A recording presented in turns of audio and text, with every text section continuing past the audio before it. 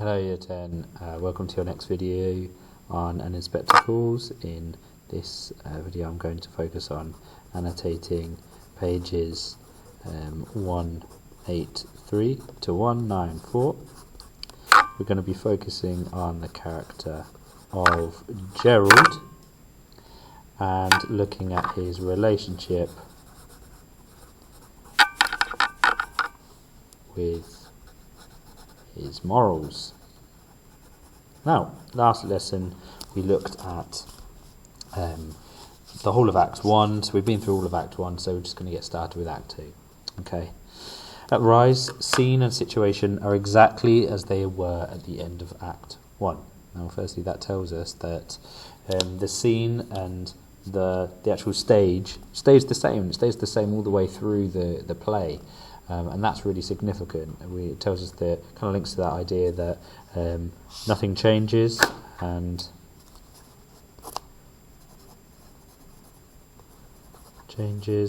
also structurally we could think about how this relates to poverty.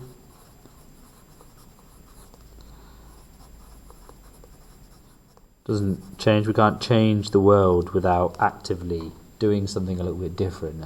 The idea of the rich in society, they stayed the same unless they actually stepped out of their comfort zone, out of their capitalist lives, and supported those that are less fortunate in society than they are. Okay, so the inspector, I'm just going to move this a bit closer. The inspector remains at the door for a few moments, looking at Sheila and Gerald. Then he comes forward, leaving the door open behind him. Well? Sheila, with a hysterical laugh to Gerald. You see, what did I tell you? What did you tell him? Gerald, with an effort. Inspector, I think Miss Burling ought to be excused any more of this questioning. She's nothing more to tell you. She's a long, exciting and tiring day. We were celebrating our engagement, you know, and now she's obviously had about as much as she can stand. You heard her. He means that I'm getting hysterical now. And are you? Probably. Well, I don't want to keep you here. I've no more questions to ask you. Okay, it's really interesting to look at the character of Sheila here. Here Gerald is kind of assuming that role of almost like a father, and is hoping to dismiss Sheila, wants to get rid of her because she's upset. And she's upset, as we learnt last time, that Gerald has been uncovered as to knowing Daisy Renton when she was Daisy Renton, was in a relationship with her. Now we find out a little bit more information. It's significant because they were celebrating their engagement. Also, Gerald uses lots and lots of euphemisms, as you hopefully will study in the lessons for this week. It talks about having a long, exciting and tiring day. I mean, those kind of descriptors, those adjectives, have positive connotations. Adjectives have positive connotations. Almost like she's been out for kind of like a lovely day out. But when she says exciting there, kind of almost implies that, you know, she's upset because her fiancé, has been cheating on her, and has every right to be upset. And this links to the women's rights that we've talked about in previous lessons, and the fact that Priestley was a huge advocate of women's rights and a supporter of the women's suffragette movement, which would be very relevant in society in 1945, because women were getting inequality was increasing for women. No, but you haven't finished asking questions, have you, Inspector? No. To Sheila to Gerald. You see, to Inspector, then I'm staying. Why should you? It's bound to be unpleasant and disturbing. And you think young women ought to be protected against unpleasant and disturbing things? If possible, yes. Well, we know one woman who wasn't, don't we? I suppose I asked for that. I'm just going to highlight here. You think women should be protected against unpleasant and disturbing things. Just going to put an arrow back up to women's rights up there. This idea of protecting women is very patronising, isn't it? Patronising. Well, we know one woman who wasn't, don't we? I suppose I asked for that. Be careful. You don't ask for any more, Gerald. I only meant to say to you, why stay when you'll hate it? It can't be any worse for me than it has been, and it might be, bitterly, I see. What do you see? You've been through it, and now you want to see somebody else put through it, Sheila bitterly. So that's what you think I'm really like. I'm glad I realised it in time, Gerald. No, I didn't mean... Yes, you did. And if you really loved me, you couldn't have said that. You listened to that nice story about me. I got that girl sacked from Millwoods, and now you've made up your mind. I must obviously be a selfish, vindictive creature. Second time we've heard the word creature in the text so far. And she talks here, she's starting perhaps to become a little more self-aware, but still is perhaps quite self-obsessed. Vindictive means kind of cruel and accusatory, so almost as if she is guilty. This imagery here of being like a creature kind of reminds the reader that they've done a quite terrible thing, and describes her as being quite inhuman. I neither said that nor even suggested it. Then why say I want to see somebody else put through it? That's not what I meant at all. All right then, I'm sorry. Yes, but you don't believe me, and this is just the wrong time not to believe me. The inspector takes authority here, massively taking charge. They love describing the inspector as massive. This adverb here demonstrate his authorities, cutting in into this quite petty argument between Sheila and Gerald, where there are bigger things to be concerned with. So he says, allow me, Miss Burling, to Gerald. I can tell you why Miss Burling wants to stay on, and why she says it might be better for her if she did. A girl died tonight, a pretty lively sort of girl, who never did anybody no harm, and she died of misery, in agony, hating life. Again, this short sentence for impact. Don't, please, I know, and I can't stop thinking about it. Ignoring this. Now Miss Burling has just been made to understand what she did to this girl. She feels responsible, and if she leaves us now and doesn't hear any more, then she'll feel she's entirely to blame. She'll be alone with her responsibility the rest of tonight, all tomorrow, all the next night. Yes, that's it, and I know I'm to blame, and I'm desperately sorry, but I won't believe it's simply my fault that in the end she committed suicide. That would be too horrible. Okay, so here the inspector starts to talk about responsibility, and she says, I know I'm to blame and I'm desperately sorry. Very important quote. I'm going to put a star next to that one, maybe even colour in that star. Sheila changing and admitting responsibility.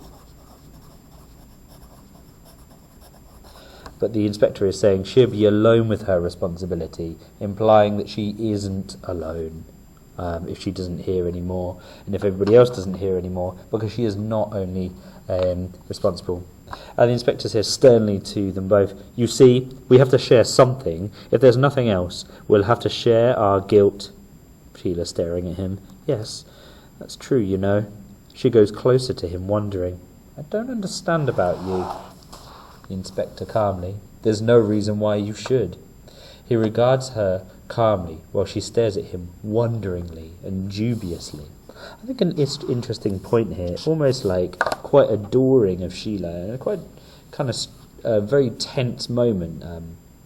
Inspector's been grilling Sheila and Gerald. We've just found out that Gerald has been cheating on Sheila. There's obviously a lot of tension in the room here.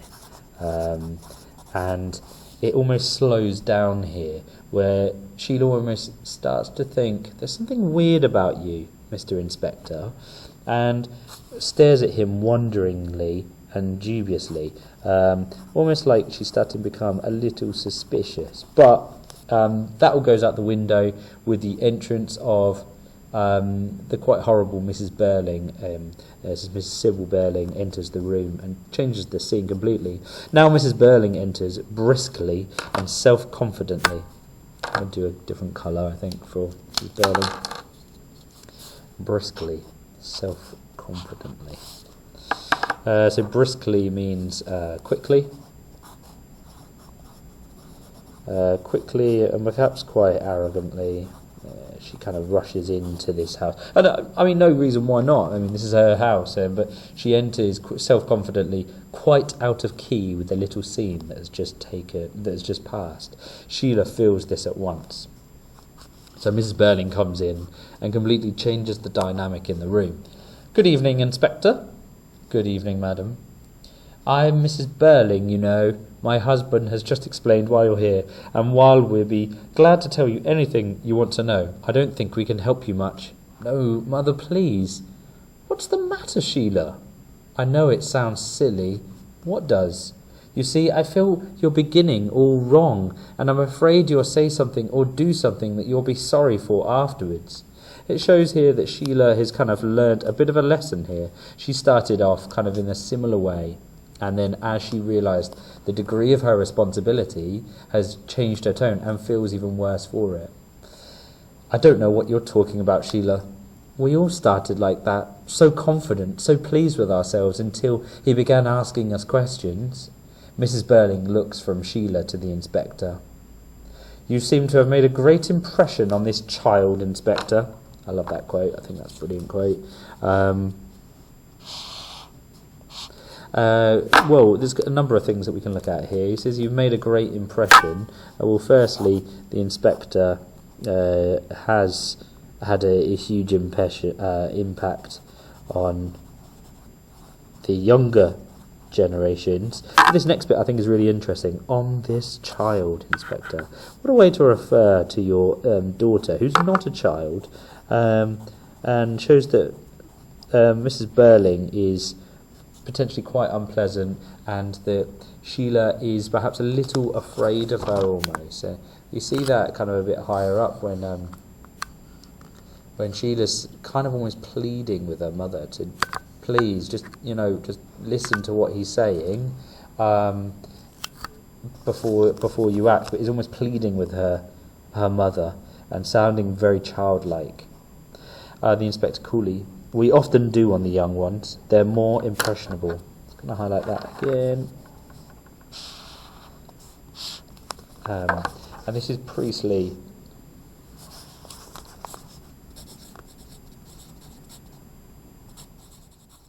This is Priestley's voice here. He's saying, we often do get to change the young ones. They're more impressionable. And that's a key theme in the play, is that theme of age and of youth and of responsibility, and how the older generations do not take too well to their to what they've done compared to the change that some of the young people go through towards before the end of the play. He and Mrs. Burling look at each other for a moment. Then Mrs. Burling turns to Sheila again. You're looking tired, dear. I think you ought to go to bed and forget about this absurd business. You'll feel better in the morning. Mother, I couldn't possibly go. Nothing could be worse for me. We've settled all that. I'm staying here until I know why that girl killed herself. Nothing but morbid curiosity. No, it isn't.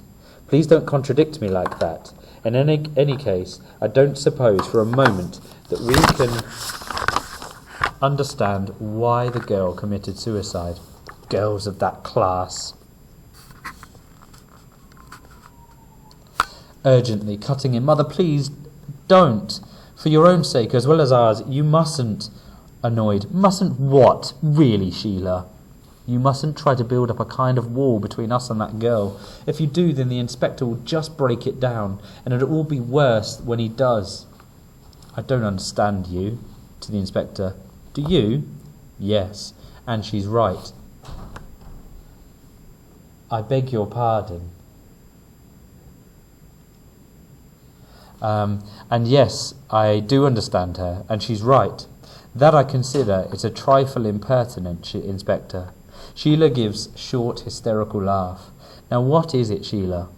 I don't know. Perhaps it's because impertinent is such a silly word. Okay, you're going to pause there. We've got the real difference between Mrs. Burling and Miss Burling, the difference between the older and the younger generations. You've got girls of that class is Mrs. Burling saying, kind of casting off that the younger generations and the lower classes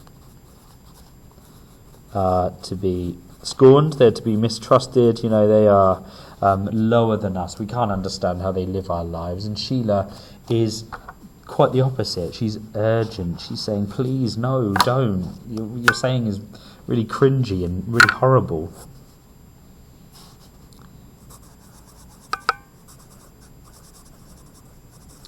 Showing that she's very keen to change there, but saying, like, please, Mum, stop what you're saying. It's really horrible. And Sheila says, we can't build up a wall between us and the girl. The inspector is going to break it down. We'll come back to that quote in later lessons, but good to highlight for now to come back to. And the inspector says, yes, she's right. I beg your pardon. I said, yes, I do understand her, and she's right. That, I consider, is a trifle impertinent, Inspector. Sheila gives a short, hysterical laugh. Now, what is it, Sheila? I don't know. Perhaps it's because impertinent is such a silly word. Now, impertinent means to be... I'll do that in green, I think. Impertinent means to be rude and perhaps to overstep the mark, so to go too far on something. And Sheila obviously finds that ridiculous because this poor girl has died and she can't understand why it would be to overstep the mark. There's been a death, and we have every kind of normal right to be asked these questions, whereas Mrs. Burling thinks, because we're rich, we shouldn't be incriminated, we should not be inspected. But mother, do stop before it's too late. If you mean the inspector will take offence... No, I never take offence. I'm glad to hear it, though I must add that it seems to me that we have more reason for taking offence. Let's leave offence out of it, shall we? I think we'd better. So do I. Rebuking him. That means rejecting him. I'm talking to the inspector now, if you don't mind. To the inspector rather grandly. I realise that you may have to conduct some sort of inquiry, but I must say that so far you seem to be conducting it in a rather peculiar and offensive manner. You know, of course, that my husband was Lord Mayor only 2 years ago, and he's still a magistrate. Gerald cutting in rather impatiently. Mrs. Burling, the inspector knows all that, and I don't think it's a very good idea to remind him. It's crazy. Stop it, please, Mother. Yes, and now what about Mr. Burling? He's coming back in a moment. He's just talking to my son, Eric, who seems to be in an excitable, silly mood. What's the matter with him? Eric, I'm afraid he may have had rather too much to drink tonight. We were having a little celebration here. Isn't he used to drinking? No, of course. He's only a boy. No, he's a young man, and some young men drink far too much, and Eric's one of them. Sheila! I don't want to get poor Eric into trouble. He's probably in enough trouble already, but we really must stop these silly pretences. This isn't the time to pretend that Eric isn't used to drink. He's been steadily drinking too much for the last 2 years. It isn't true. You know him, Gerald, and you're a man. You must know it isn't true. Well, Mr. Croft, I'm afraid it is, Actually, I've never seen much of him outside this house, but, well, I have gathered that he does drink pretty hard. I'm just going to pause there for 1 second. Again, showing Mrs. Burling is, two things. Firstly, she is ignorant, perhaps even naive, of her son's alcohol. intake, but also the fact that some terrible handwriting going on there, but also that she is again quite patronising, saying he's only a boy. Doesn't show either Sheila or Eric any kind of degree of independence or any respect at all. Okay, so this is the time you choose to tell me. Yes, of course it is. That's what I meant when I talked about building up a wall that's sure to be knocked flat. It makes it all the harder to bear. And it's you, and not the inspector here, who's doing it. Yes, but don't you see, he hasn't started on you yet. I love that line. So,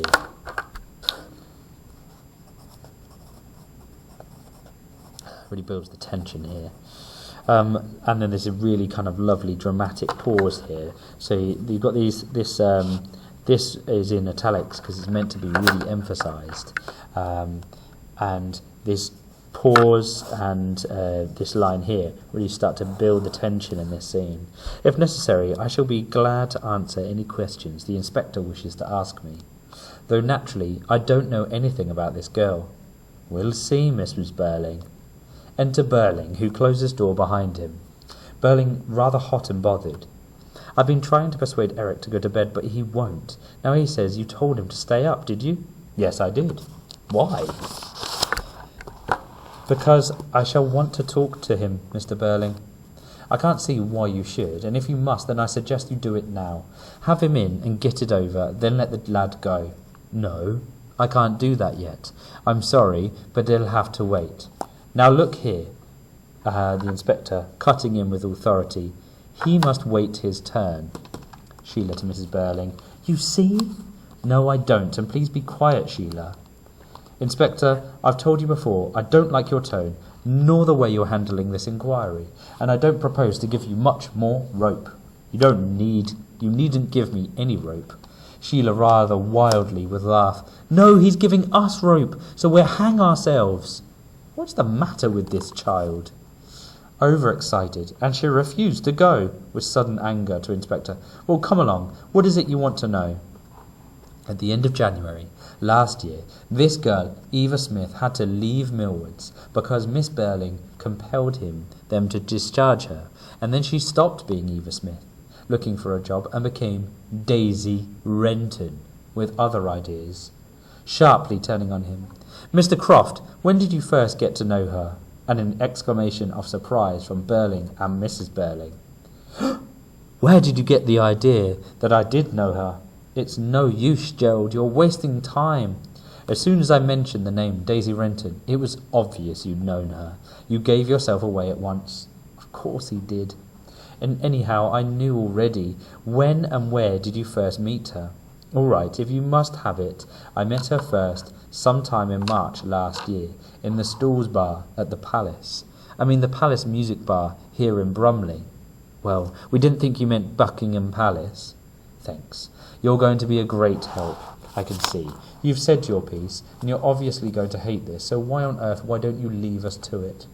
Nothing would induce me. I want to understand exactly what happens when a man says he's so busy at the works that he can hardly find time to come and see the girl he's supposed to be in love with. I wouldn't miss it for the worlds. Yes, Mr. Croft, in the Stalls Bar at the Palace Variety Theatre. I happened to look in one night after a rather long, dull day, and the show wasn't very bright. I went down into the bar for a drink. It's a favourite haunt of women of the town. Women of the town? Yes, I don't see no point in mentioning the subject, especially, indicating Sheila. It would be much better if Sheila didn't listen to this story at all. But you're forgetting. I'm supposed to be engaged to the hero of it. Go on, Gerald. You went down into the bar, which is a favourite haunt of women of the town. I'm glad I amuse you. Okay, just going to pause there a second.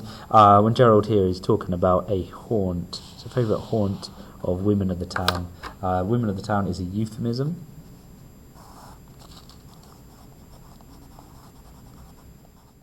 That's like a nicer way of saying women of the town. A nicer way of saying either that she is that she is almost like a prostitute, or perhaps like a kind of easy woman that he can go and pick up. So he uses this euphemism instead of saying a prostitute, because he is civilized, and that links in with Edwardian culture and the fact that it was very unseemly to be rude, which meant that you wouldn't kind of say everything as it is. You would kind of dress it up to look like something else. He was saying the women of the town to make it sound less damaging. And bearing in mind his fiancée is in front of him, and also his fiancée's parents, you can kind of understand why he says it, but it's because it's drilled into him to kind of behave in this way and to hide things and to be sneaky. Think about the politicians and how they kind of act on television, and they don't really ever speak the truth. There's a lot of euphemisms, a lot of dressing up things. Okay, the inspector sharply. Come along, Mr. Croft, what happened? I didn't propose to stay long down there. I hate those hard-eyed, dough-faced women. But then I noticed a girl who looked quite different. She was very pretty, soft brown hair and big dark eyes. She breaks off. My God, what's the matter? Sorry, I've suddenly realised, taken it in properly, that she's dead. Yes, she's dead. And probably between us, we killed her. Sheila, don't talk nonsense. You wait, Mother. Go on. Okay, I'm just going to pause there.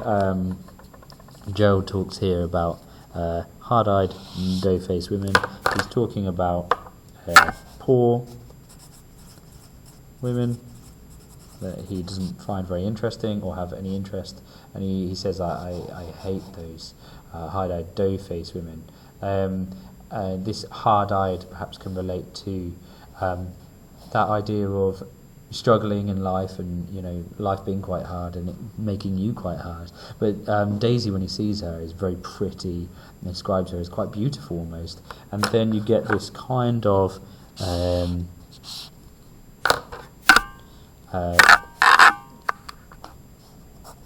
this realization that he is quite sad, that he realizes that he does have an impact, but look at kind of the way in which he describes him. Is he actually a hero, or actually quite unpleasant? And probably between us, Sheila, don't talk nonsense. You wait, Mother. Go on. She looked young and fresh and charming, and although out of place down there, and obviously she wasn't enjoying wedged into a corner with that obscene fat carcass of his. There's no need to be disgusting, and surely you... I just missed a line there. Old Joe Meggerty, half drunk and goggle-eyed. There's no need to be disgusting. And surely you don't mean Alderman Meggerty? Of course I do. He's a notorious womanizer, and always being, as well as always being one of the worst sots and rogues in Bromley. Quite right. Well, really, Alderman Meggerty, I must say we are learning something tonight.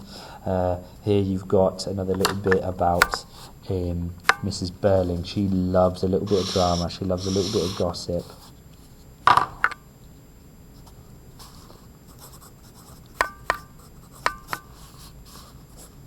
Let's write that there. Of course we are, but everybody knows about that horrible old Meggerty. A girl I know had to see him at the town hall one afternoon, and she only escaped with a torn blouse. He was talking about this terrible old pervert called old Meggerty, who preys on the women when they're drunk, and this kind of indicates a lot of Priestley's problems with the patriarchy and with men in general, quite unpleasant men, and actually quite a dangerous place for a young woman to be. Sheila, go on, please.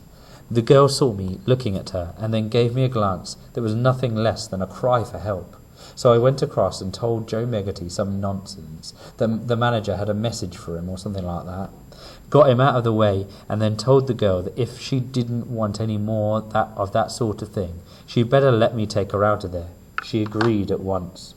So almost here, he's kind of like, it's he's almost kind of like threatening her. He's saying, if you don't want that Joe Meggerty to flirt with you, then you better come away with me. I'm going to write threat flirt. I think that's the right way to describe it. He's saying, if you want me to look after you, then you've got to come with me. Where did you go? We went along to the county hotel, which I knew would be quiet at that time of night, and we had a drink or two and talked. Did she drink much at the time? No, she only had a port and lemonade, or some such concoction. All she wanted was to talk, a little friendliness, and I gathered that Joe Meggerty's advances had left her rather shaken, as well they might. She talked about herself? Yes, I asked her questions about herself. She told me her name was Daisy Renton, and that she'd lost both parents. That she came originally from somewhere outside Bromley. She also told me she'd had a job in one of the works here, and she had to leave after a strike. She said something about the shop too, but wouldn't say which it was, and she was deliberately vague about what happened. I couldn't get any exact details from her about her past life. She wanted to talk about herself, just because she felt I was interested and friendly, but at the same time she wanted to be Daisy Renton and not Eva Smith. In fact, I heard that name for the first time tonight. This tells us that Eva was lonely, and she wanted to have somebody to be able to talk to. Well, what she did let slip, although she didn't mean to, was that she was desperately hard up.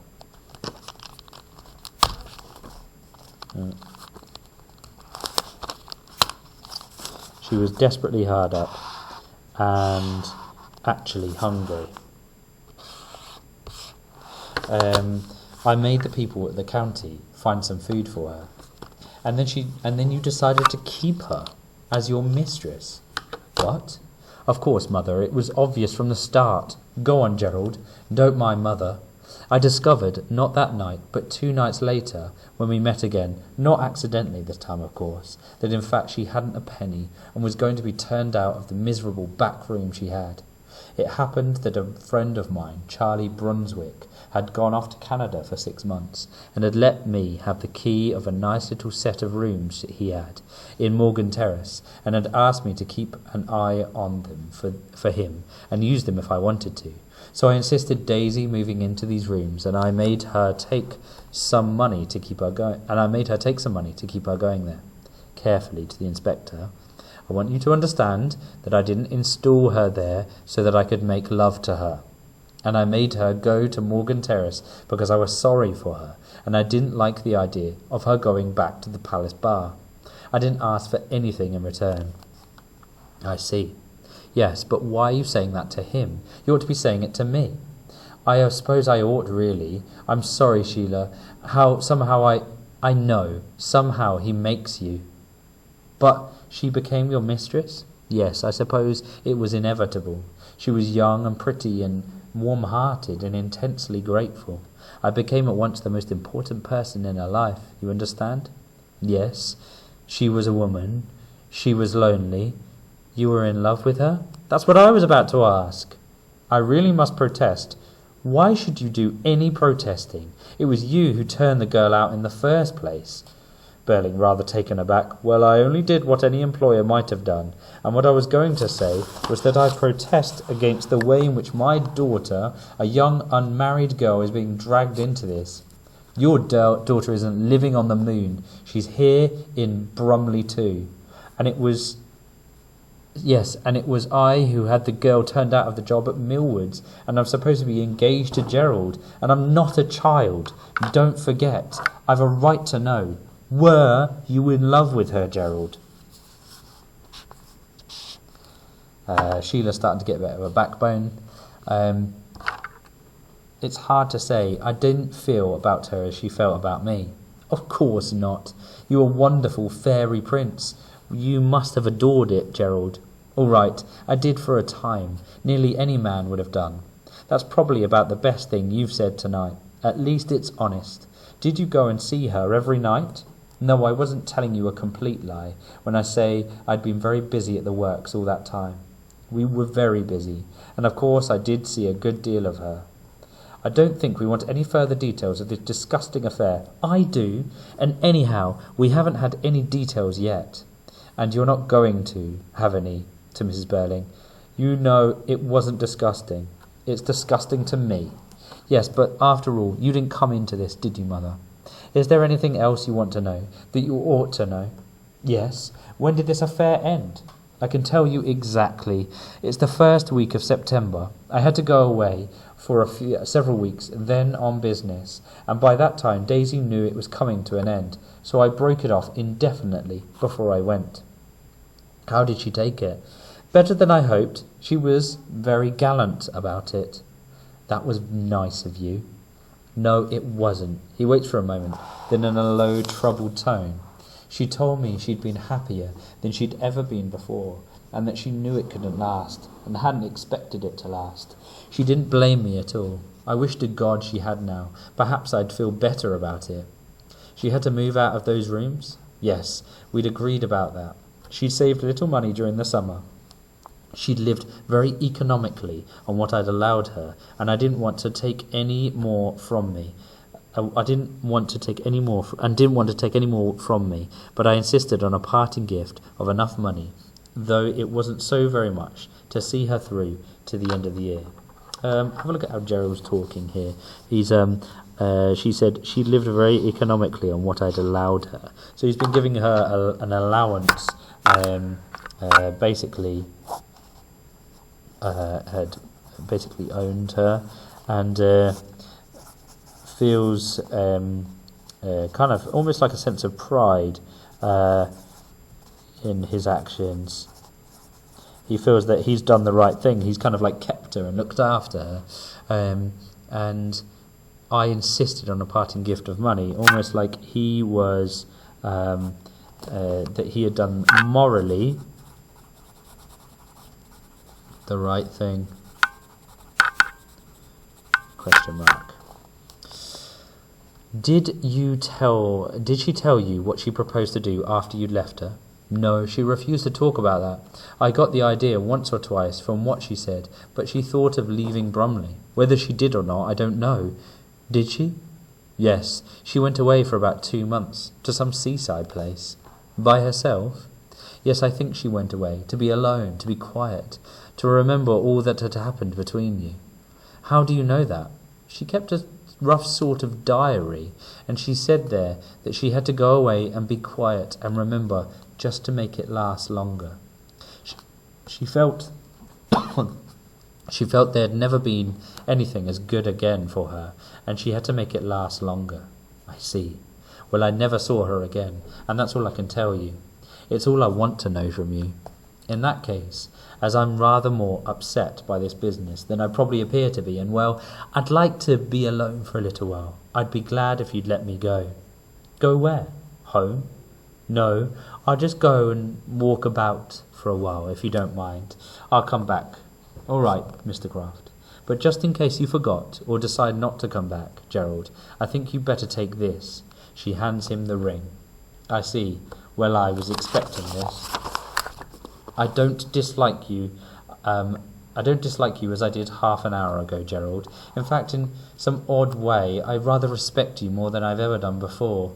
I know anyhow you were lying about those months last year, when you hardly came near me, and I knew there was something fishy about that time. And now at least you're being honest. And I believe that you told us about the way you helped her at first, just out of pity. And it was my fault, really, that she was so desperate when you first met her. But this has made a difference. You and I aren't the same people who sat down to dinner here. We've had to start all over again, getting to know each other. Now, Sheila, I'm not defending him, but you must understand that a lot of young men... Don't interfere, please, Father. Gerald knows what I mean, and apparently you don't. Yes, I know what you mean, and I'm coming back if I may. All right. Well, really, I don't know. I think we just about come to an end of this wretched business. I don't think so. Excuse me. He goes out. They watch him go in silence. We hear the front door slam. Okay. And that is the end of Gerald's kind of admittance of guilt. And we see kind of toward the end there that Gerald understands what they're there for. But actually... Sheila actually almost views Gerald as heroic in some ways here, and thinks that, actually this is the most honest he's ever been with me, and there's some kind of gratefulness here that he's actually being open and talking to her in the right way, and with the truth, which tells us that Gerald doesn't often speak the truth, and we know that from his use of euphemisms earlier on. And Burling here talks about, you must understand that a lot of young men, reminds us that this capitalist perspective, that young men is kind of like boys will be boys attitude. Oh, you know what they can be like, they're mischievous, they're silly. That in itself is a euphemism. And that's ironic, isn't it, that Gerald uses the euphemism near the beginning when he's talking about women of that, whatever it was. But Gerald, Mr. Burling talks about, that a lot of young men, kind of almost excusing the role in which Gerald had in Eva Smith's or Daisy Renton's death. Okay, I hope you found that helpful, and you can now get on with the work from this that relates to these pages.